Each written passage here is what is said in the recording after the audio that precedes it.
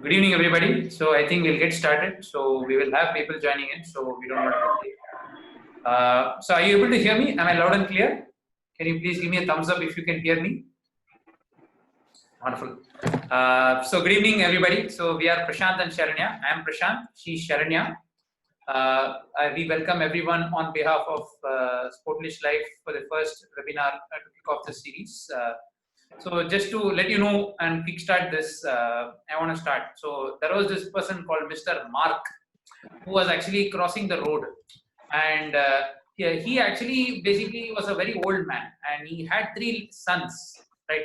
And he wanted to help his 3 sons to become wiser and to become more considerate and modest to the society, right? And as a this thing, he went for a course, and then he came back home and started teaching people how to be very considerate and be kind to people, right? And he told, by end of today, I want all 3 of you to do something good to people.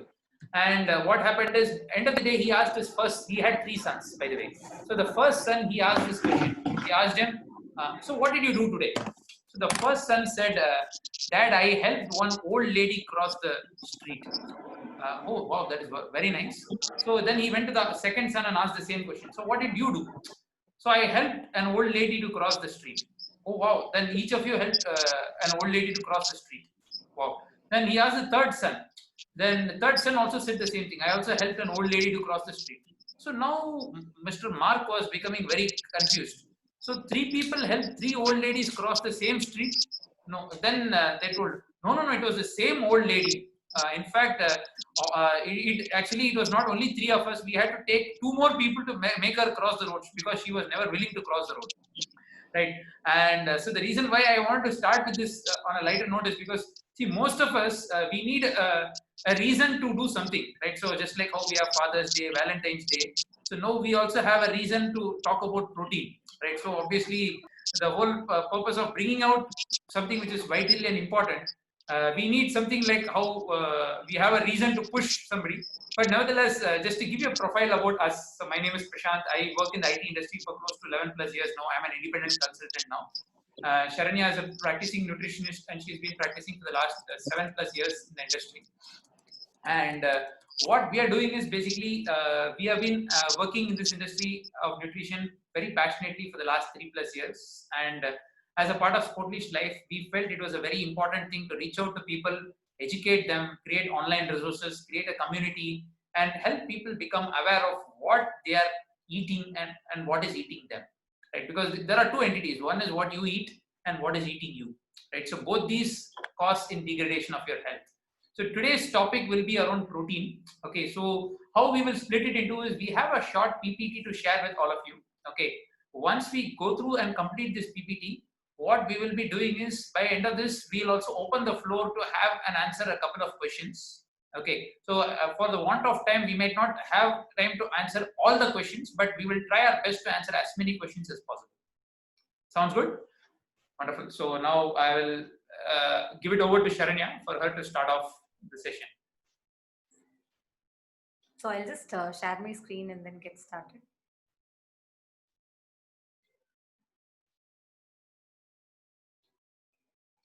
Can you see our screen? Is it visible? Just thumbs up, somebody.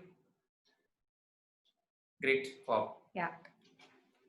So in fact, like Prashant introduced ourselves, we've been working in the personal fitness industry for more than 7-8 years right now.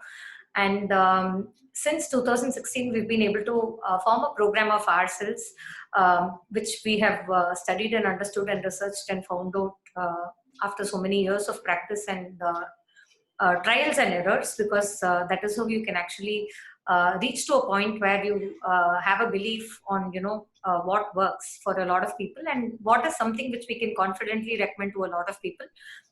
So in fact, we're very excited to start this webinar series, and we'll be going right into the topic, about protein.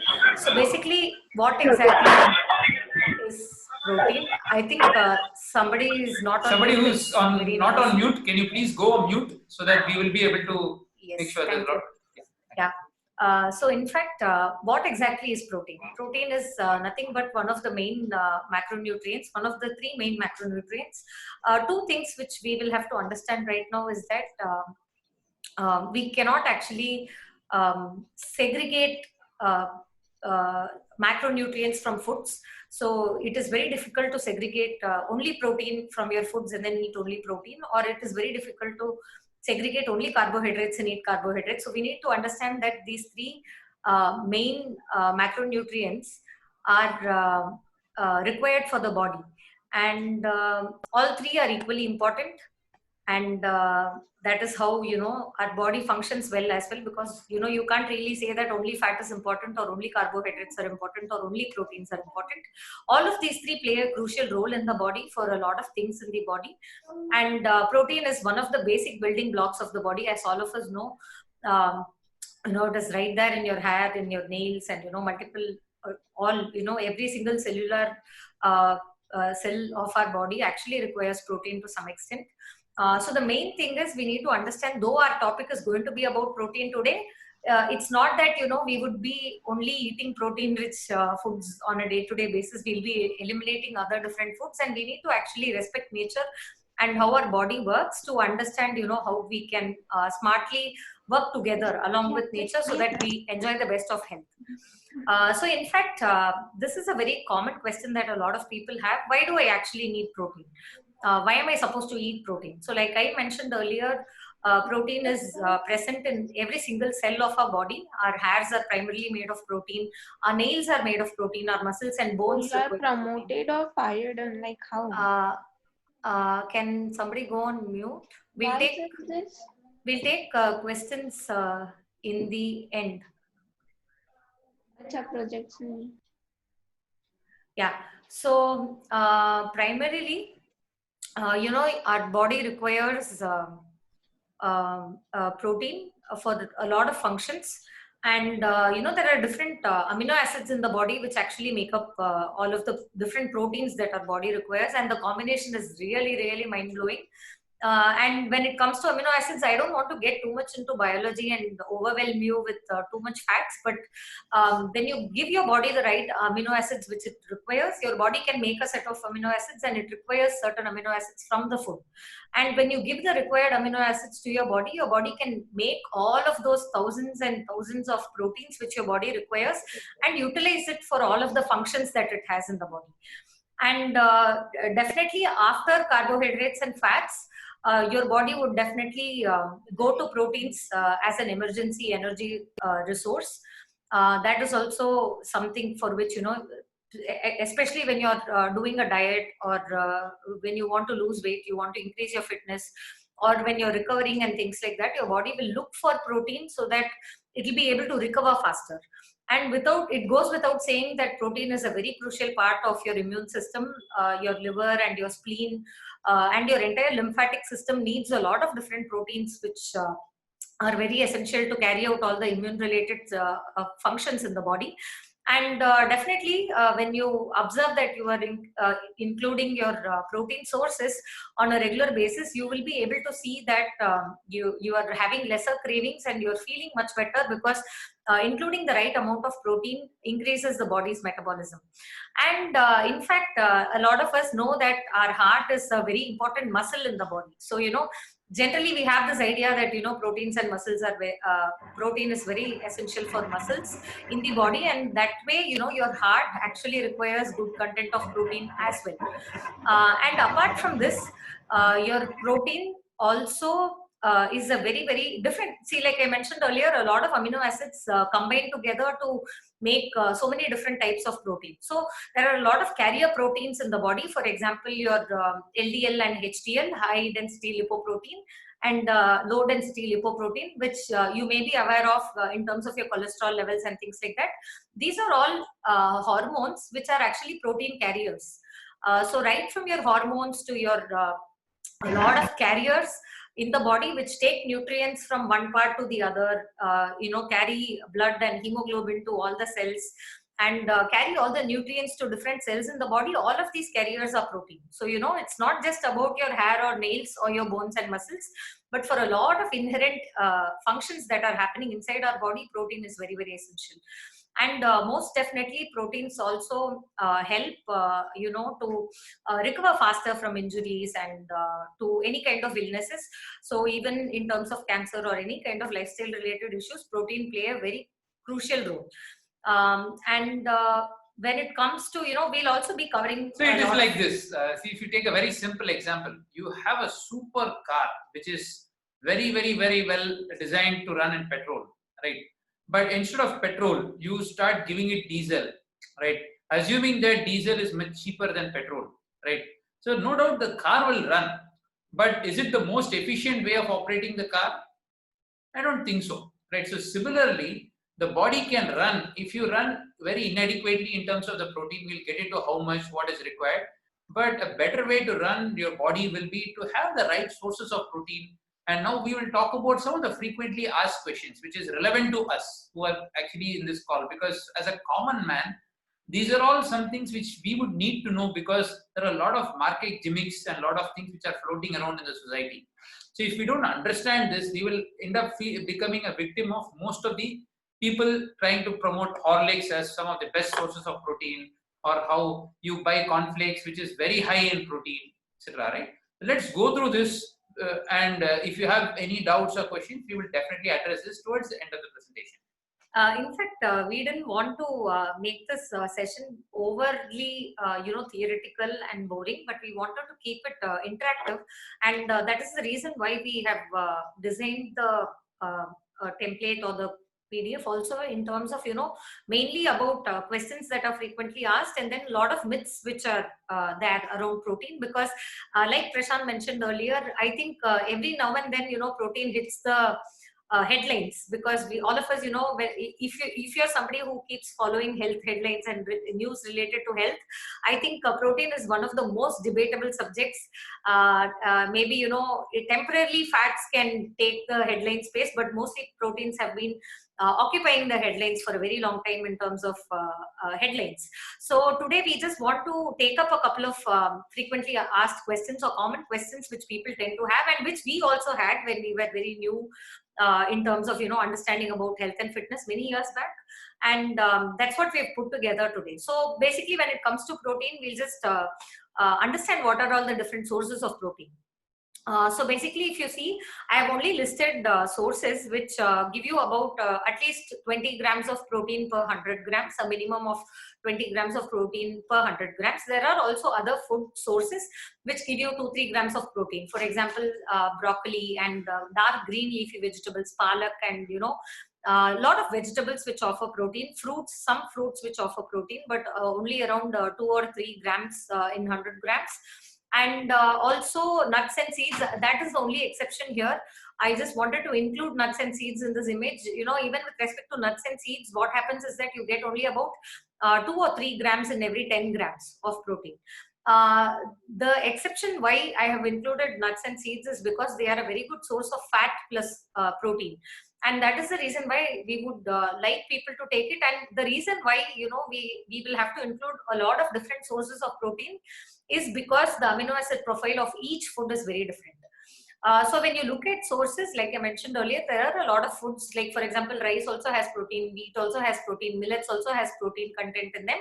But when you compare carbohydrates, fats, as well as proteins, the protein is not very extremely dominating. So when you are wanting to include good sources of protein into your diet, you should be ensuring that you're at least taking one of these items on a regular basis, and you should be including at least 2 to 3 of these varieties, at least over a period of 2-3 days, because the kind of amino acid each food can give to you is very different. So it is like this. If you take an engine, right? So there is no 100% efficient engine. So I'm sure all of you have read about efficiency. The amount of the output and input is never one, right?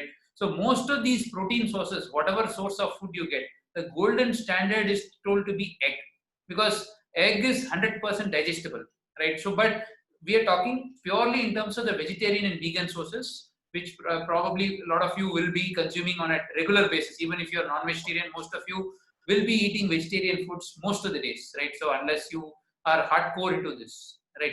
And most of these sources are not 100% digested by your body, Correct. right? So you need to take enough amount of protein to account for things which are not digested.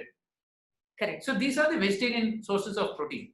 And so in terms of the non-vegetarian sources of protein, so we are just talking about 3 different sources. We are not talking about red meats at all here. We are only talking about the white meats here. Obviously, red meats are not healthy because of the fats that it comes with, which is not recommended for regular consumption. That is the reason why we've avoided it. And between eggs, fish, and chicken as well, eggs and fish take a higher priority than chicken. And obviously, like Prashant said, eggs are the Gold standard, yes, basically. But see, the problem with the current day and age is just like everything is adulterated, even eggs are adulterated, right? So everything comes with hormonal injections. Recently, I was just reading that, see, if you keep your cell phone near an egg, right, and after 5 days, you will see that the cell phone which is kept near the egg will not hatch compared to the other eggs, right? And see, the challenge with this is there is no ideal scenario for everybody. We all live in normal world. So the best thing what we can do is see how we can include these sources every single day, at least to a significant portion in every meal what we have. Assuming everybody has a breakfast, they have a lunch, they have a dinner. The question you need to ask yourself is, in how many of these meals and in how much quantity are we including any of these sources, right?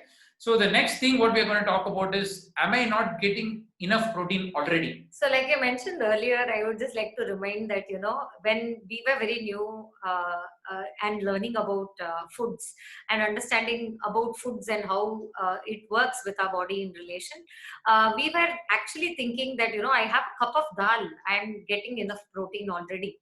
And I have interacted with a lot of non-vegetarians that actually tell that, though I eat non-veg very regularly, so I am sure that I'm getting my dose of protein. So this is a very common question that people have. And I think, what we should look back at is we should look back and understand what are the foods that we are eating. Am I actually including the above said protein sources on a regular basis? Or is my most of my predominantly are my meals, consisting of rice, rotis, maybe millets, maybe khichdi, and rotis primarily, and different varieties of sabzi, maybe paneer or cheese weekly once, or cheese mostly we don't even buy at home, we just eat when we go out and eat a pizza probably. So paneer maybe occasionally, weekly once or twice. And maybe non-veg, usually I know people that eat non-veg only once a week, or maybe, Mostly and on Saturdays also, and Sundays. in certain months they don't eat non-veg at all because of religious reasons. So, and the other aspect of this is also that actually, even if I'm able to include, I'm very conscious and I'm including all of these sources on a everyday basis, wouldn't I actually get bored eating paneer every single day, or cheese every single day, or non-veg every single day, or whatever food that is? So it makes sense to have a variety of protein so that you're getting different amino acids, and at the same time also including variety so that you're not getting bored with one particular type of protein. So variety is key here to track protein in the long run, and at the same time understanding your body's basic requirement and giving it what it requires plays a major role. And this is just a funny thing which people have, but then when we go ahead and see what is my actual requirement and am I really getting enough protein already, that will get answered subsequently. But I think all of us should sit back and reflect and think, in the last 1 week, how many times did I actually have paneer or cheese or eggs, or how many portions? If I had eggs every single day, did I have 5-6 eggs, or did I just have 1 or 2 eggs? So this is something which we should really sit and understand. And yeah, this is another question that comes. You want to take it? Sure. So basically, see, one of the most common questions which I had, which a lot of people have also, is, will I look like a bodybuilder if I start increasing my protein intake, right? So obviously, the first image, if you are at any point of time watched any Hollywood movie, is Arnold Schwarzenegger, right? So somehow it is very synonymous with eating protein, right? Or probably maybe the biggest dude, or maybe if you have watched Amir Khan's Dangal transformation or whatever it is, right? So we associate having protein with having a bodybuilder physique, right? I want you to know that to achieve this kind of a physique is never possible, like especially the one which is seen on the image, by normal means. So this is only possible through injecting something externally, right? So apart from the protein, you need to have steroids, right? So what we are talking about is having protein so that your body performs optimally. Like, so it is like, in simple words, let's assume that you have a car. So your car requires both petrol as well as oil, right? So you need petrol more frequently than oil, right? But unfortunately, if you don't give oil, still the car will run. But imagine if you don't oil service for a long duration. So within a matter of 3 to 4 months of not servicing, suddenly the engine will cease and you will end up spending a lot of money and a lot of energy in terms of that. See, most of the people's problems, if you really analyze and think about what are the major problems people have. So have you ever seen people say that I have a protein deficiency, right? You will never hear anybody who said that they have a protein deficiency. But let me ask you some symptoms. Do you know somebody who is within your circle who is having hair loss? Do you know somebody in your circle who is having a back pain? So do you know somebody in your circle who is actually having some kind of a frequent loss in appetite and these kind of things? So basically what happens is, a lot of people, as you can see, we have skipped to a question, we'll go back again. But most of the time, the symptoms will be high cravings. A lot of times, suddenly you will feel that you will want to eat a pizza on one particular day. So trust me, it is not your body craving for pizza. Your body has been deprived of nutrition. So ideally, whatever your body is deprived of, it will never crave for. Because unlike carbohydrates or unlike something, it will never crave for protein. Right. So it is very important that you give that. So you can actually be deficient in water and your body will let you know in a few seconds. Right. So if you don't go to the loo, your body will let you know. But if you don't give protein, the body has a very nice way to give you other symptoms. So when you go to a doctor, so a doctor doesn't address this problem. So the doctor tells something like, for example, he tells you to go for a Dr. Batra's treatment, or probably he addresses your illness or low immunity or weak muscles or whatever it is, right? So the underlying root cause of this is not taking care of your nutritional needs. And protein forms the top of taking care of your nutrition needs, because it is almost like the most important thing in your diet. Every single meal should at least include a certain amount of protein every single time you eat. We'll come back to this slide again. So yeah. So you will not look like, so just to summarize, you will not look like this. You will look fit, you will look healthy, and most importantly, it's not about just how you look, it's about feeling healthy, right? In fact, muscle building is a science by itself, because just by taking protein you cannot have those strong bodybuilder like muscles.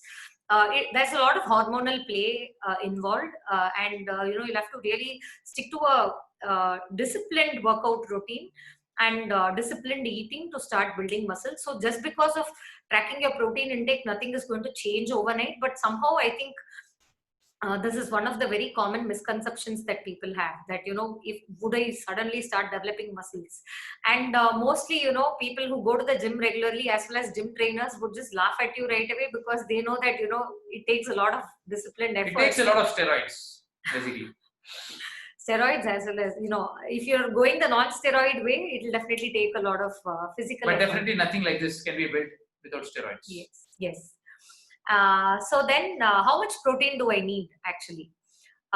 So this is basically the requirement that your body requires. This is a basic requirement, and I'll just very quickly share why the requirement is like this. For a healthy adult who doesn't have any issues or any lifestyle related issues or anything, they need about 1.2 to 1.5 times their body weight in kgs per day. So for example, somebody who's weighing 60 kgs would require anywhere between 90 up to at least 75 to 90 grams of protein per day. And like we mentioned earlier, when you're tracking your protein through foods, not all of it is digested completely by your body. So your body basically throws out some of the proteins, because it will not be able to digest everything. Every food source is different. Even when it comes to chicken or fish or vegetarian sources like dal and things like that, with vegetarian sources as well as non-vegetarian sources, what happens is that when we are cooking the protein sources, the content of protein reduces, first of all. Secondly, once you've eaten that food, your body will not be able to digest and absorb all of it 100%. That is the reason why we keep this daily requirement as 1.2 to 1.5 times, so that you can at least definitely for sure get 0.8 to 1 gram per day. So basically, when we are giving our body 1.2 times to 1.5 times, so if you're 60 kgs and you're giving 75 or 90 grams, anywhere between 75 to 90 grams per day, you can be sure that your body is getting anywhere between 55 to 60 grams for that particular day. So in fact, when it comes to protein requirements, it's all about everyday requirement, because your body cannot store proteins. It will flush out whatever it is not able to digest. And that is the reason why it is a macronutrient and why it is very important to include it on a regular basis. So with respect to toddlers, kids and teenagers, they require 2 times their body weight. So if a kid is 10 kgs, they require 20 kgs of protein per day. And for pregnant and lactating women as well, they require 2 times their body weight of protein, their pre-pregnancy weight, 2 times that they will require per day. And elders and people recovering from illness, especially when it comes to elders as well as kids, they are in a stage where either they are in a growing stage or they are in a stage where their body is doing a lot of repair and recovery. So basically, when you're older, your body has already undergone a lot of damage in terms of, stress that you have undergone, and a lot of pollution, external contamination, and so many years of neglected health, which has actually caught up as you age. And that is the reason why the requirement for elders is also around 1.2 to 1.5 times their body weight, because one other thing that happens with elders is that muscle atrophy. Basically, your muscle starts becoming weaker. It starts degenerating post 40 years. And that is the reason why you still require a good amount of protein when you're growing older, because you would want to at least retain a decent amount of muscle mass when you're growing older. So do I actually require a supplement, or can I actually manage all of my intake through foods? What we have practically seen is that obviously, I think by now, if you calculate and see based on your weight, what is your requirement per day, I'm again sticking to the example of a 60 kg healthy adult that doesn't require that doesn't have any special health issues or anything. Even that person to include 60 grams of protein per day, or even 75 to 90 grams of protein per day through foods, they will have to include, each meal should be planned out in such a way that you're giving at least 20 to 25 grams of protein for each meal, which would mean you should at least eat 100 grams of paneer or cheese with every meal, or you should eat, in terms of eggs, one egg will roughly give you 5 to 6 grams of eggs. So, you should actually include, at least 5 to 6 eggs in a day, and have 2 katoris of dal, or you should have a healthy combination of rice and dal and lentils, your rajma, your chole. All of these has to be included on an everyday basis, and each of your 3 meals of that day should be planned in such a way that you're hitting 25 to 30 grams of protein for that meal. Are we actually planning so much about our food? And so it is like this. In simple words, I like to keep it very simple. So during the lockdown, most of us did not have any servant maids at home, right? So I'm sure that you could still manage to do your household work without any maid, right? But the question is, would you choose to not have a maid for the rest of your life, right? I don't know about you, but most of us would want to have somebody just for the convenience sake, right? On similar likes, supplement is a convenience. It is not a necessity, right? If you can manage without supplements for the rest of your life, by all means go for it, because you need to plan your diet every single day. But what we have realized is having a supplement is very, very convenient, because you can actually have a lot of hectic days and make sure your nutrition is taken care of without thinking about food for a long time, right? Supplement is just a supplement, just like how when you go and write an exam, right? Actually filling out the first set of 20 pages is important before you ask for an additional sheet. Do you think an additional sheet is required to get sent down? I don't think so. But if you just because you take additional sheet, does it mean you're going to score sent down? I don't think so. Right? On similar lines, if you take a supplement can act as a supplement to a good diet. But if you have a horrible diet where, let's say, you're having pizza or burger or you're skipping meals, if you're underweight and let's say you're having digestive related issues, the first thing that has to be fixed is your diet, right? If diet is not fixed, and if somebody is trying to sell you how it is important to have protein, then you should immediately run away from those kind of folks, because it is very, very important to make sure that you're having a proper diet first. once that is fixed, you will, as a byproduct, you will realize that having a supplement is a lot more convenient to not having a supplement. Like how a maid can play a big role in terms of easing out a lot of things. Is it really required? Probably not. But will it help?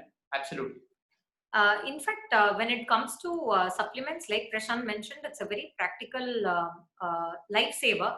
And like he mentioned, if a supplement is used as a supplement, which is just bridging your gap on a scale of, so for example, I'm just going back to the same example. If you require 75 to 90 grams of protein per day, if you're supplementing 20 to 30 grams for that particular day, and you're able to get your diet to 50-55 grams of protein for that particular day, then that's a complete win-win, because you're not either compromising on your diet nor on your quality of your protein supplement. So basically, these are some of the pointers which you can use to identify a good supplement brand in terms of protein.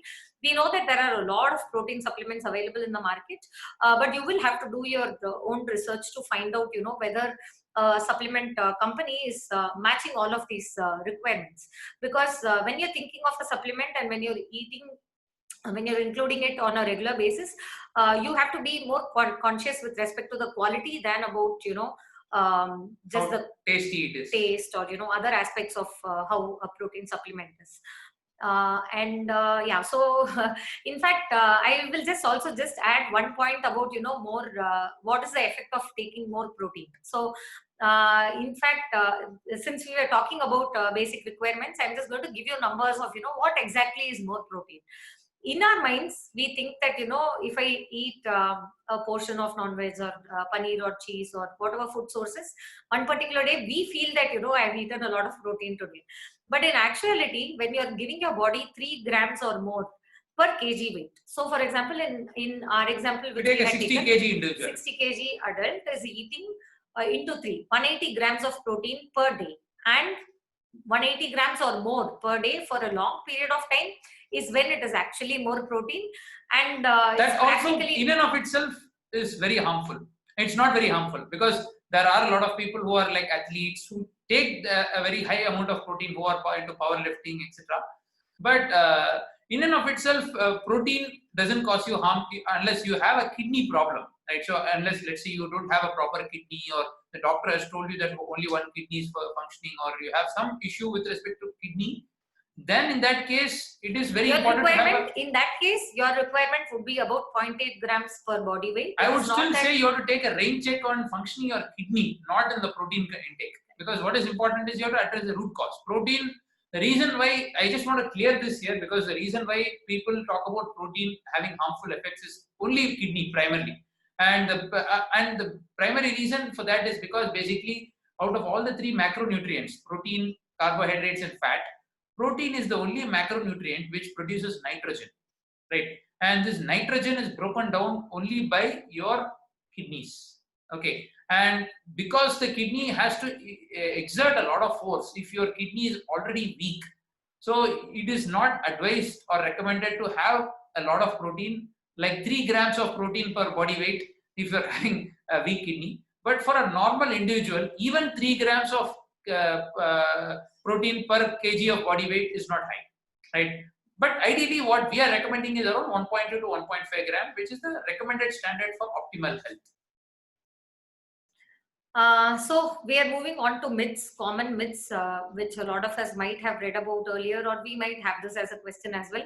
I need to take a protein shake, or I need to include protein into my everyday meals only if I'm active or working out. So I think by now it's very clear that your body requires protein for multiple different thousands of the functions that are already happening, whether you like it or not. When you're sleeping at night, your body does a lot of repair and recovery every single day.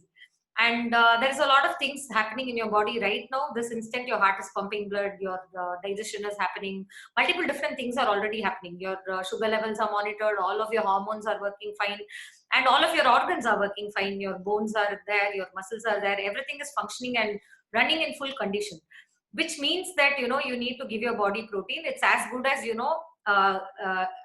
replacing the engine oil of your car or your motor. It is something which we'll have to do on an everyday basis, and your body will thank you for it, because when you start tracking your protein, we have seen that across age groups, people start noticing differences within a week or 2. and they are able to see differences in their general health and other things. Second myth, I will be very deficient in protein if I'm a vegan or a vegetarian. Am I getting enough protein? Some people think that, I'll have to definitely eat eggs if I have to hit my protein requirements. That is not true. You have good sources for vegans as well as vegetarians. Maybe soya chunks, paneer, cheese. For vegetarians, definitely you have a lot of choices which you can include on a regular basis. And there are people, bodybuilders as well, who are vegans, vegetarians, that do not eat eggs and chicken or other things. Maybe some days they would indulge in a little bit more of a supplement compared to a non-vegetarian or a vegetarian. But it is definitely possible to, hit your protein requirements being a vegan or a vegetarian. I am getting a lot of I'm getting a lot of protein because I'm a non-vegetarian. So, I eat non-veg on a regular basis, and I'm getting a lot of protein. See, again, when it comes to non-vegetarian food, mostly what happens is that you end up eating a lot of rice or rotis compared to, this is an example of a usual non-vegetarian thali or meal, where your non-veg quantity is so less and your carbohydrates and other meals are very high. So we are used to this kind of eating where we are actually not very mindful of, whether we are including the right amount of protein. And secondly, like I mentioned earlier, you mostly eat non-veg only once a week. It is not possible to cook every single day non-veg and eat every single day non-veg. I know a lot of hardcore non-vegetarians that would like to eat non-veg given a choice every single day, but it is practically not possible. And at the same time, when you're including eggs as well as chicken every single day, you really get bored about it.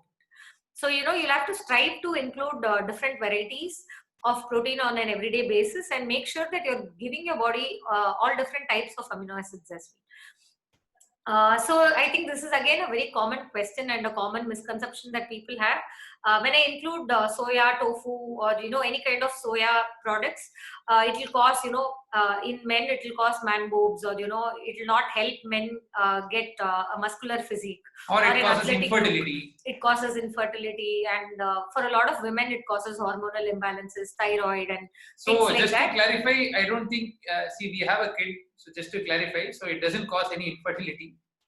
But yeah, I mean, just to get into the facts. And in fact, I'll just give you one more example on this.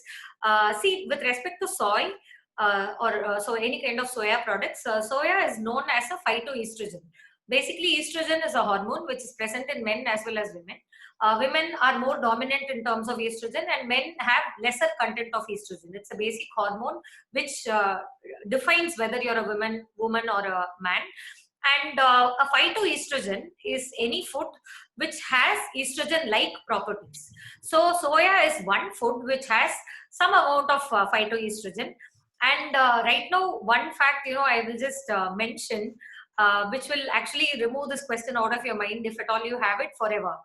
Flax seeds have been very, very popularized by the industry and the market for a very long time, saying that, it is very, very good for cholesterol. It is very helpful to take it. It's very rich in omega-3s, especially for vegetarians. Flax seeds are very good and things like that. And I'm sure most of you know that flax seeds are very good. I'm not saying it's not good for the body, but percentage-wise, a comparison between flax seeds and soya beans, if you do a comparison, flax seeds are more phytoestrogenous than soya beans. So then what it means? Why didn't this question of, if I eat flax seeds a lot, I would start becoming, I would start having hormonal imbalances and things like that. That never came up because that's not something which has been proven or scientifically addressed actually.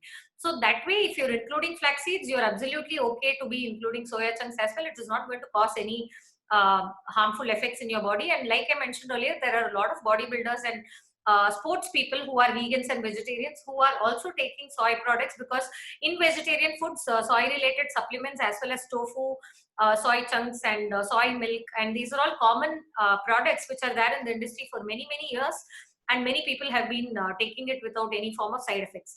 The actual problem that happens is that when you're overdosing on protein on a very regular basis, not just for soya protein, for any protein source, when you're overdosing it too much, where we mentioned about, eating 3 grams of protein per kg. then is where your problem starts. And obviously we are not going to track. So the that kind limit of for protein. soya is approximately if you have around more than 500 grams or 400 grams per day. So I don't think humanly it is impossible to have that amount of protein, especially through soya chunks, right? So I mean, if you want to give it a try, you can go for it, but more than being harmful, you will actually It's get practically knocked out impossible, mentally actually. to actually finish that kind of an ordeal, right? So let's And go. with respect to kidney, Prashant already touched upon this subject a little earlier. One thing which we all of us should track, in fact, even when you have a properly, normally functioning kidneys, what you should track when you're also tracking your protein is your water intake. Because that is very, very crucial. It supports the kidney to do its function normally and help flush out whatever nitrogen gets produced because of protein gets flushed out when you're drinking enough water. See, drinking enough water is a problem with people right now. People are not drinking enough water every single day, and every single time their body is giving a thirst signal. Most of us think that it is a hunger signal, and we end up thinking that I'm craving something, and we end up eating something. So instead of giving your body water, we are giving it some food which it did not even ask, and we have kind of come away from the signals that our body can give to us. So that way, water intake can directly help you avoid any kind of kidney related issues. And one more myth is that protein tracking is only for, this was again addressed a little earlier as well. It's not that only if you're active, you'll have to take protein on a regular basis, and only if you're going to the gym and lifting weights, you'll have to track your protein intake per day.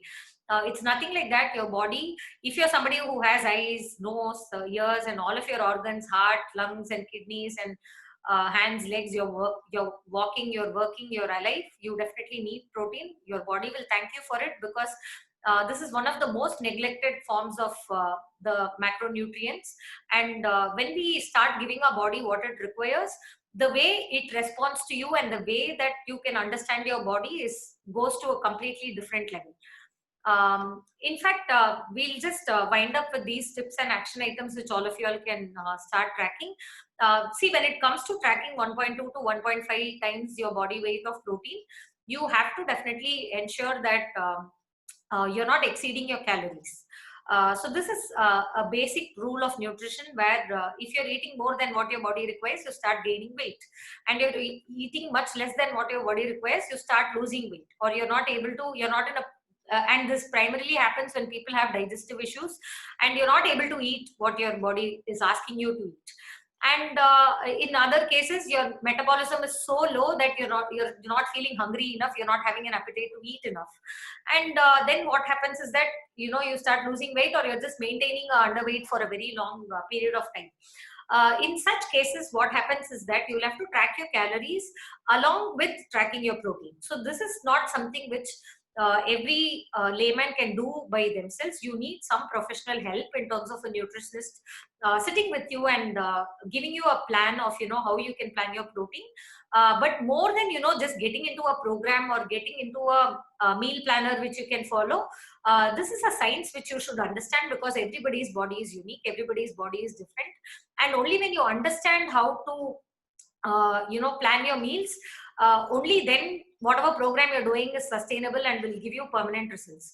We believe in permanent results because we simply don't want to go up and down, and if I'm learning something today, I should ensure that I'm applying that knowledge and making sure that I'm seeing results. So that way, when you start tracking your protein, you'll have to ensure that you're not overdosing on your calories, because all of your protein rich foods come with fats or carbohydrates. If you see paneer and cheese, they're a combination of protein and fats. If you see soya chunks, it's a combination of protein and carbohydrates. If you see nuts and seeds, they're a combination of protein, fats, as well as carbohydrates. Cashew is a combination of protein and carbohydrates, primarily carbohydrates and less protein. Whereas peanuts and flax seeds and pumpkin seeds and sunflower seeds are a very good combination of fats and proteins. So especially with nuts and seeds, you can really overdose it, because just a handful can give you 2-3 grams of protein, but it's also a lot of fats and A fistful of peanuts can be almost 200 to 300 calories, which is probably maybe more than 1/3 of your requirement in a day. So if you're just overdosing on nuts and seeds, thinking it's very healthy, and you like the taste and it's crunchy and things like that, you might be starting to notice that there's a serious increase in your weight gain. So all of this has to be taken under balance and should be Quantified. planned in a quantified manner, and you will be able to understand how this works. Only then you'll be able to see permanent results. So with respect to tips and action items which you can do, water intake is very essential. Everybody needs to be drinking at least 3 to 4 liters of water so that your protein can be synthesized and assimilated and digested by your body in the best way possible. Secondly, for digestive assistance, I've written a couple of pointers. Maybe I can share this screenshot with all of you all, so that you can keep this as a takeaway with the after this webinar. And definitely, instead of leading a sedentary lifestyle where you're only sitting for 8, 9 hours, 10 hours in a day, make sure that you at least start walking a little bit here and there, and then also getting into some form of exercise, because definitely that will help you in multiple different ways, not just in terms of protein or anything. These are all general tips as well, and these are all tips which can improve your digestion and things like that. So this is what we had in mind. Maybe We will open up the floor probably for for a questions. couple of questions, because I think we have another few minutes. So if any of you have any questions, please feel free to unmute yourself and you can talk. In case you're not able to unmute yourself, because we had muted a couple of people since it was noisy. So in case you have any questions, you can raise your hand on Zoom, or you can raise your hand on your video, and then we can unmute you, and then we can quickly answer some questions. Or you can also chat away your questions. We'll be able to see the questions and take them up. Yeah, hi. I have a question. If anyone eats eggs a regular basis, like on a day, 1 dozen eggs, only white eggs. Okay, so is any disadvantage of that? Means he is doing regular gym also, but and taking only white eggs, not anything else. So is there any impact or what Okay. Is this question about you or for somebody else? for me? Okay. Do you mind sharing your weight, or or just an example maybe? So initially when I was doing that plan, so my weight was 101. Now it is 74. So I Okay. lose that, but there are some symptoms also. That's why I'm asking that question. Okay. So in fact, just to understand your situation a little better, so is there any particular reason why you eat only egg whites? The trainer told me, means initially, means from normal diet to he changed my diet, and then on a regular basis I had contains only white eggs. Okay. So two things. If you're 74 kgs, your requirement is anywhere between 90 grams to 111 grams of protein per day. And if you're eating 12 only egg whites, you'll be getting about 48 grams of protein in a day. So how much is the deficit? 111 minus, you even round it up to 50. So if you're eating 12 egg whites, you're giving your body about 50 grams of protein, but your body actually requires 90 to 100 grams of protein. So there is still a deficit of 40 grams. First thing. Second thing, if you're including only egg whites, the amino acids in egg whites and egg yellow is very different. In fact, the amino acids in egg yellow is also crucially important. It's not something which is, generally trainers in the gym ask you to avoid egg yellow because it's high in fat. So, like what I had mentioned earlier, a lot of protein foods come as a combination of protein and carbs and protein and fats. Doesn't mean that I have to eliminate fats or eliminate carbs and only stick to a protein. That is not possible. So if you're eating like this also, only from the eggs you'll be getting about 50 grams of protein, and maybe from your roti, rice, and whatever other things, dal, you'll also be taking these things, right? You're not only eating egg whites, you're also eating other foods. For some month period I was only eating that eggs. Now I am in normal diet, but that time when I was doing So even in that case, you are getting about roughly 50 grams of protein from the egg whites, and you will also be getting 10 to 15 grams of protein max to max from your rice, roti, dal, milk, butter, milk, curd, and other sources. So you're still giving your body only 60 grams, but you've not met the body's requirements yet. So, a supplement as well as other sources of protein in your diet will make it more complete. Maybe soya chunks, or probably you can probably add other sources. If you want vegetarian sources, lentils is a good source. Like she said, paneer is a good source. Right? But it is very important to understand how much on a daily basis you need. Right? So supplement also is a very subjective thing, because it is always about that day do you need supplement or not. So it is not about Correct. whether you generally need. Like for example, in that day, if you are able to hit 111 grams, you don't need any supplement that day, right? But if in one particular day you are able to only manage 30 grams, in that day supplement is very, very, very important. It is probably more important than your food, right? So it is a balance. It depends on what you are going to eat in that day. So next we have Arpit. So Arpit, please go ahead. So you can maybe. या good evening sir, मेरा question ये है कि मेरा BMI 24 है, यानी कि मेरा वेट है लगभग 73 के आसपास और मेरा हाइट है 170 सेंटीमीटर के आसपास. मैं रेगुलरली जिम करता हूँ, वर्कआउट करता हूँ, and I am a sports person also. तो मेरा क्वेश्चन ये है कि मुझे इन अ सिंगल डे कितना प्रोटीन कंजम्पशन मुझे जरूरी है, कितना प्रोटीन इंटेक मुझे जरूरी है. So what is your weight again, if you don't mind? Sir मेरा वेट है 73 kg and my height is 170 centimetre. 170. Okay. Yes. So basically, so this is a very subjective question actually, in fact, Arpit. So what happens is, as Sharnya said, the general recommendation is around 1.2 to 1.5 grams of protein per body weight. Like for example, let's take 70 as a round number.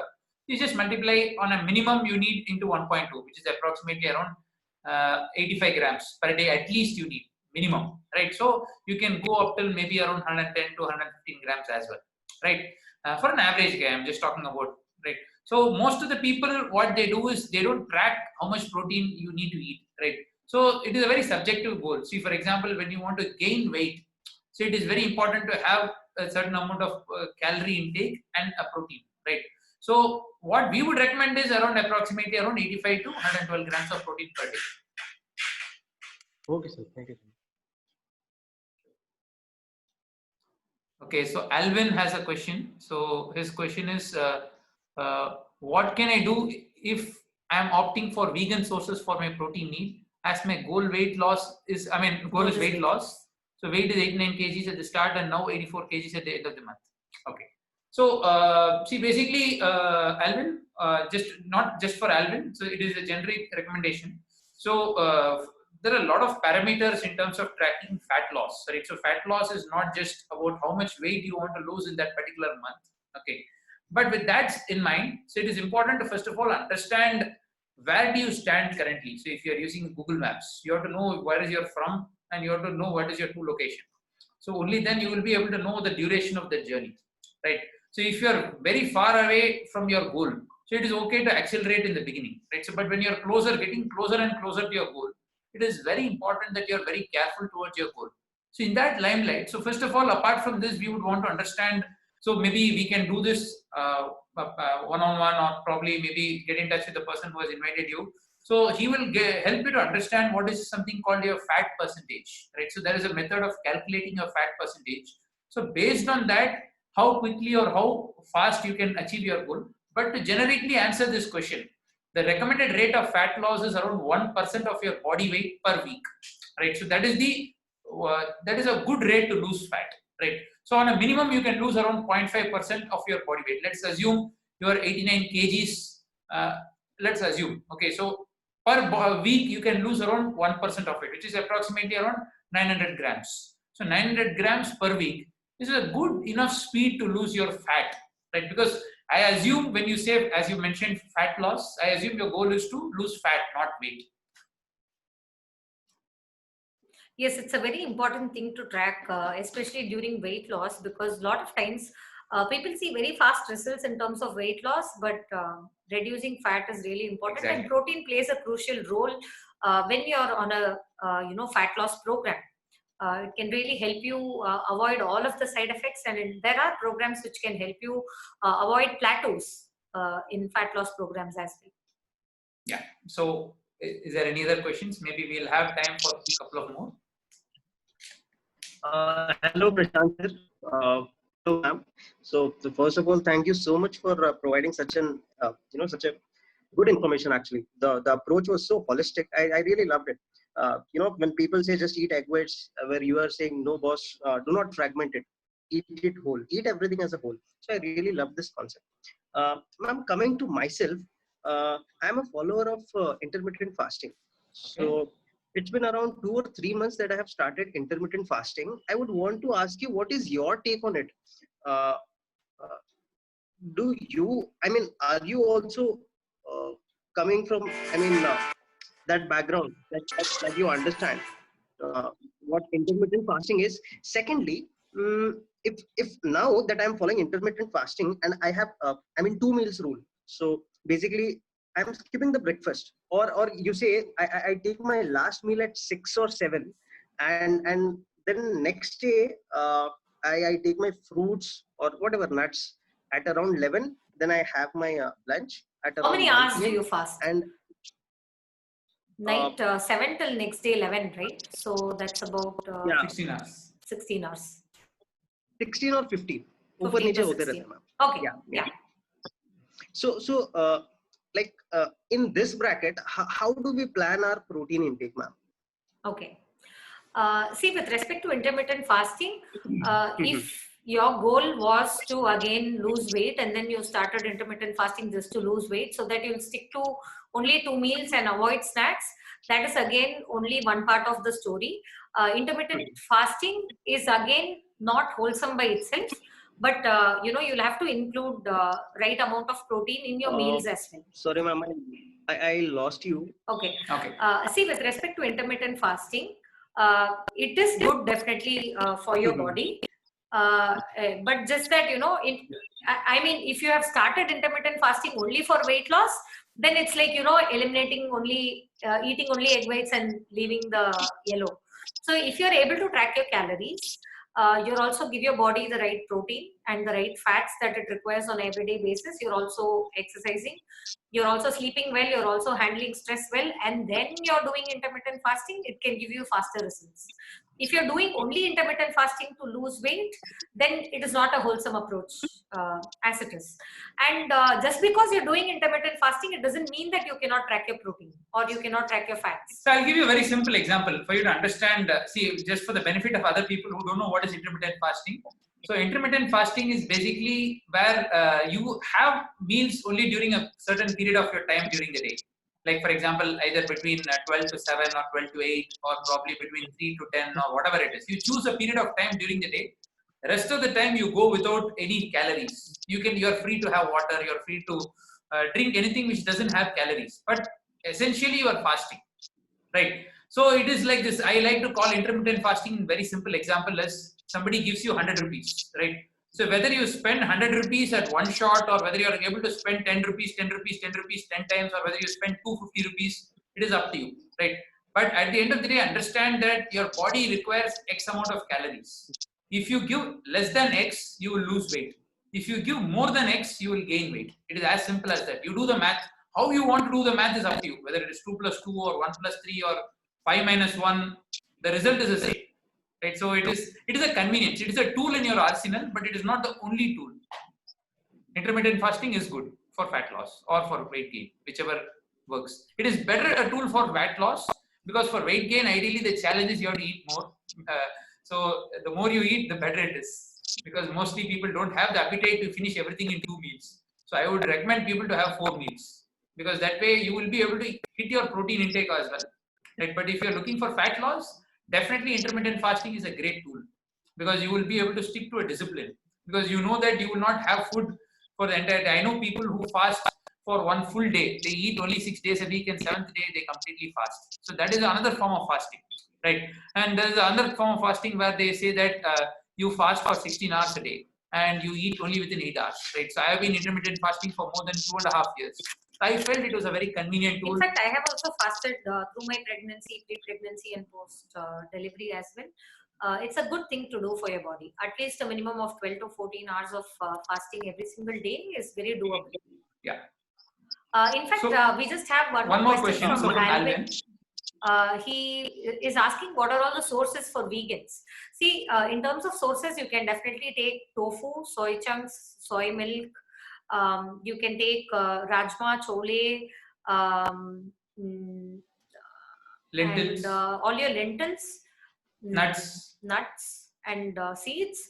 The only thing for vegans is that you will have to definitely have a cap on your calories, because like we mentioned earlier, protein comes as a combination with fat and carbohydrates, and we have to respect it and understand how much I need to eat tofu, how much should I take as soya chunks, how much should I take as soy milk. See, especially in India, soy milk is just horrible. It's just marketed as a health drink, but the content of protein is much lesser than regular cow's milk. So that way, I really don't know how they market it as protein rich milk, but then there is a lot of flavors in soy milk because people don't like it as it is.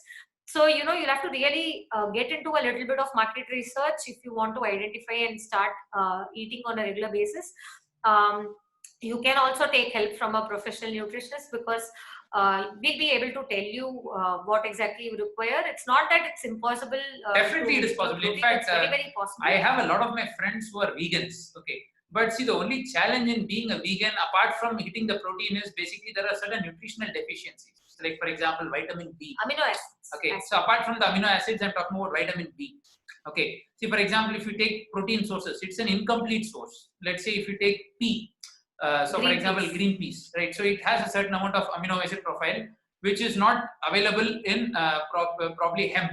Okay, hemp is a different source of protein. So if you want to get the complete source of protein, you need to have the hemp along with peas, right? That is when you have all the 21 amino acids, because there are basically 13 non-essential amino acids and 12 essential amino acids and 9 non-essential, amino acids which are not produced by the body. So those amino acids which are not produced by the body, you are supposed to get it through your food. So only thing what you have to research is in whatever the list what we suggested, like in soya. fact, even the supplement industry as well as the food industry, especially for vegans, they're all super expensive in India. So you will have to understand how to identify brands, how to identify products, because you can very easily get carried away and then spend a lot of money just because it is labeled as vegan or it's labeled as non-GMO and fancy things. Okay. So just to clarify, so you mentioned because of some festival reasons you're not able to have it. So is it okay for you to have paneer? So I would definitely recommend you to go for paneer, because it's a healthier source of vegetarian protein. Because rather than going vegan, if you are allowed to have paneer, I would suggest you to go for paneer. Okay. Otherwise, soya is a great option. Okay, because there are a lot of recipes with soya and soya chunks. You can get in touch with the person who has brought you here. He will able to at least tell you 2-3 varieties of how you can make soya recipes. Okay, but if you want to know exactly how to track how much protein you need on a daily basis, definitely we do work one-on-one as well. Wonderful. So I think are we done with questions? Yeah, I think so. Prash has a question. He has raised his hand. Yeah, Sharanya, can you guys hear me? Sharanya and Prashant? Yeah, we are able to. Hey, it was an awesome session to actually just hear from both of you, because I know that both of you didn't consult someone. You both have gone through your own personal discovery, trying to understand how exactly you should eat and about how being calorie conscious. And you both have gone through a huge body transformation there. At least I've seen both of you go through this body transformation. And I can see myself in the mirror when I look at both of you, looking at this whole presentation. So it was nice that you covered everything. I just wanted to give a gentle comment to everyone. And I also, by the way, I like the fact that you had addressed about soy chunks. So that is something that I've always heard from people. It's like mishmash comments. Some would say that soy chunks is not good for health for men. Some have said, yeah, you can probably take it in moderation. And you both cover that aspect, saying for men, obviously, testosterone is one of the crucial hormones that benefits men, especially with workout. For women, it's the estrogen, and soy chunks could interfere in that, but then you have cleared the confusion in that part. So I have nothing to worry about that. But in general, I just wanted to give a comment to everyone out here who might be going through this weight loss regime. I'll tell you that it is definitely possible. Weight loss is certainly possible. I can give you this myself as an example. I think only Sharanya and Prashant would know this. So I'm 6'2", and I used to be 128 kilograms. which is almost like class 2 obesity. And it took me about 2 years to drop about 50 kg. And I did that by being calorie conscious. So I was pretty much living on a calorie deficit lifestyle. I gave up on drinking sugar, Coca-Cola. I used to drink a lot of Coca-Cola back in the day. So I gave up on sugary treats, and I was counting my calories. And as Sharanya mentions, right, most of us, you don't keep a track of a protein intake. So I started to count my protein intake, started working out, did a lot of walking. That is what that helped me lose the weight. So for any of you who's starting the journey of weight loss, all I would say is perseverance and patience. You will definitely reach your end objective. But again, fitness is something that's like your lifelong mantra that you need to keep chanting. It's not like you become fit today and then you just give up on yourself. It's something that you have to do it all the way till eternity is what I would say. Thank you so much, Prashant. Thank you, Prashant. So yeah, as Prashant said, it's a marathon, so it doesn't get over in a day. It is not a 100-meter sprint. So you need to stick on to it. It's not like you reach your ideal weight, you're done with it. So you need to make sure you're able to set up and build habits overall. So I think we also believe in lifestyle changes, because like he mentioned, it's not just about diet, it's not just about your exercise or your workout. It's a lot to do about your sleep, about your water intake, your stress levels, being emotionally healthy. All of these are as equally important as your diet or your workout routine, because unfortunately your diet and as well as your exercise routines get talked about a lot. A lot of us have, just within these two, we are lost with opinions shooting at us in all directions. But actually our health and fitness is much more beyond all of these things. Wonderful. So great. Then I think we had a yeah. Okay. So there is one more question. This will be the last question. So because we are actually going over time. So for a 60 kg, for a 60 kg man, how does he cover 72 grams protein in 2 meals? Okay. So ideally, I'm giving you a general advice. I'm assuming most of us here have 3 meals a day. Am I correct? So most of you don't fast. Most of you have the normal breakfast, lunch, and dinner. So it is a good habit to track around 30 to 40 grams of protein per meal, right? So if you're not somebody who likes to get into a lot of details, like go for a diet planner and go for those things, just track 30 to 40 grams of protein every single meal if you're eating 3 meals a day. So if you're eating 2 meals a day, accordingly you have to change it. So for example, you have to track around 45 grams of protein per meal, right? So it is again a math. So the best way to track for 2 meals is to definitely have some kind of a build an appetite, because if you want to eat large doses of protein, like for example, let's assume you want to hit a decent amount of soya, right? So for example, let's say soy, I don't know how many of you have had soy kurma. So soy kurma is a great recipe for all vegans, right? So if you have soy kurma, so you can have 100 grams of soy kurma along with some soy pulao, right? So if you have 150 grams at one shot, so most probably you will not be able to eat the second meal. Right? So it is very important that you split your meals accordingly so that you're able to have the calories as well as eat the sufficient amount of protein, right? So that is why supplements sometimes can be very handy, because most of the time people, once they start tracking their protein, people lose their appetite and they think that their stomach has shrunk. And on the contrary, it is mostly the digestive system which is weak.